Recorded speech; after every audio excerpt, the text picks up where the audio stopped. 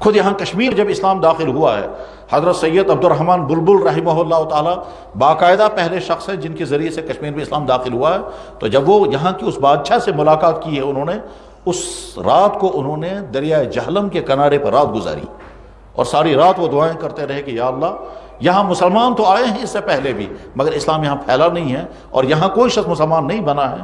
میں پہنچا ہوں اس ارادے کے ساتھ کہ یہاں کے بادشاہ کو میں اسلام کی دعوت دوں گا، اور اس بادشاہ کا نام تھا رنچن، اور یہ بدھسٹ تھا. چنانچہ دریائے جہلم کے کنارے پر انہوں نے رات گزاری، ساری رات دعائیں کرتے رہے، سجدے میں بلک بلک کر اللہ سے انہوں نے دعائیں مانگی ہیں، اور فجر کی اذان کے وقت کے بہت وہ اذان پڑھی. یہ سوچ کر کے پڑھی، ہو سکتا ہے یہ پہلی اذان بھی ہو اور آخری بھی اذان بھی ہو، اسلام نہ پھیلے یہاں، اور یہ بھی ہو سکتا ہے کہ پہلی اذان ہو اور اس کے بعد پھر یہ اذان صدیوں تک نہیں بلکہ قیامت تک چلتی رہے گی.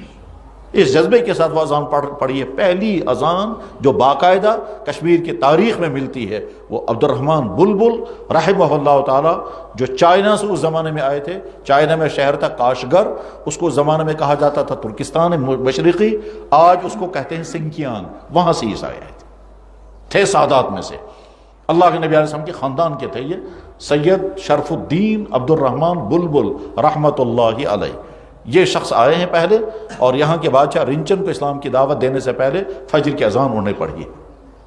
دریائے جہلم کے کنارے پر جہاں بلبل لنگر ہے وہاں کنارے پر کوئی چٹان رہی ہے، اس چٹان پر انہوں نے اذان پڑھی تھی.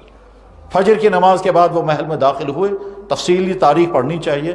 محل میں جب داخل ہوئے اور بادشاہ سے گفتگو کی تو پہلے تو ان کو سمجھ میں نہیں آنے لگا یہ کون آدمی ہے اور کیا بات کرنا چاہتا ہے، لینگویج کا گیپ تھا. اس کے بعد پھر ٹرانسلیٹر لایا گیا. حسن اتفاق یہ کہ بہت بہترین ٹرانسلیٹر مل گیا، اور اس ٹرانسلیٹر کا نام تھا شمس الدین، جو بزنس کے سلسلے میں کشمیر آتا رہتا تھا، اور یہ کہیں منگولیا کا تھا یا چترال کے علاقے کا تھا. بہرحال شمس الدین نے ٹرانسلیشن کا کام کیا، اور اس طرح سے عبد الرحمن بلبل رحمۃ اللہ علیہ کی بات رنجن تک پہنچی، رنجن کی بات ان تک پہنچی. یہ گفتگو چلتی رہی، ادھر سے دعائیں ہوئی تھی، ادھر سے اللہ کا فیصلہ تھا.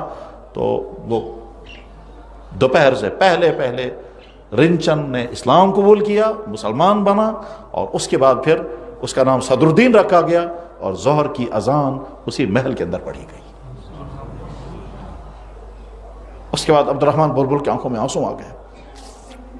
میں نے کہا یا اللہ، میں نے فجر کی اذان پڑھی تھی یہ سوچ کر کہ ہو سکتا ہے ظہر تک میں زندہ ہی نہیں ہوں گا.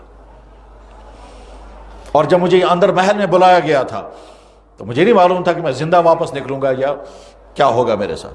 مجھے نہیں معلوم تھا مجھے مہمان خانے میں رکھیں گے یا جیل خانے میں ڈالیں گے. لیکن آپ کا فیصلہ ہوا، ہدایت کا نور ان کے لیے مقدر ہوا، اور یہ توحید پارے بن گئے.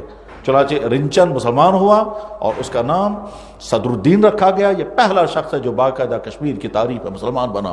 اس پر نہ کوئی تلوار چلانے والا آیا، نہ کوئی لالچ دینے والا آیا، نہ کوئی ورگلانے والا آیا، نہ کوئی دھوکہ دینے والا آیا. ایک مسافر دین کا نور توحید کی دعوت لے کر کے ملکوں سے سفر کر کے یہاں پہنچا، اور پیدل اور اکیلے، اور اس کے بعد انہیں اسلام کی دعوت دی. رنچن مسلمان ہوا. پھر اسی عبد الرحمن بلبل رحمۃ اللہ علیہ کی دعوت پر، اور رنچن نے اب صدر الدین ہے.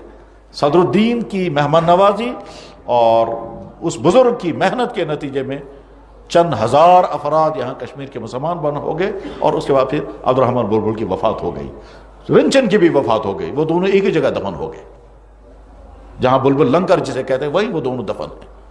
اس کے تقریباً 40-50 سال کے بعد حضرت میر سید علی ہمدانی، حضرت شاہ ہمدان رحمہ اللہ تعالیٰ تشریف لائے، اور اس کے بعد پھر یہاں اسلام پھیلا ہے. اس کی لمبی تاریخ ہے. ہم کو چاہیے کہ اپنی تاریخ پڑھیں، جس سے ہم کو پتہ چلے کہ اسلام کی دولت اور اسلام کی نعمت ہمیں کیسے ملی ہے.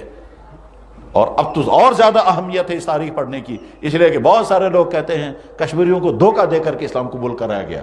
کوئی دھوکہ نہیں، اللہ کے فضل و احسان سے اس کفر سے نکل کر ہم اسلام کی طرف آئے. اور اللہ تعالیٰ جزا خیر عطا فرمائے ان تمام کو جو اسلام کی دعوت لے کر یہاں آئے، اور ہمارے ان آبا و اجداد کو جنہوں نے اس کفر کو اس وقت چھوڑا اور اسلام قبول کیا.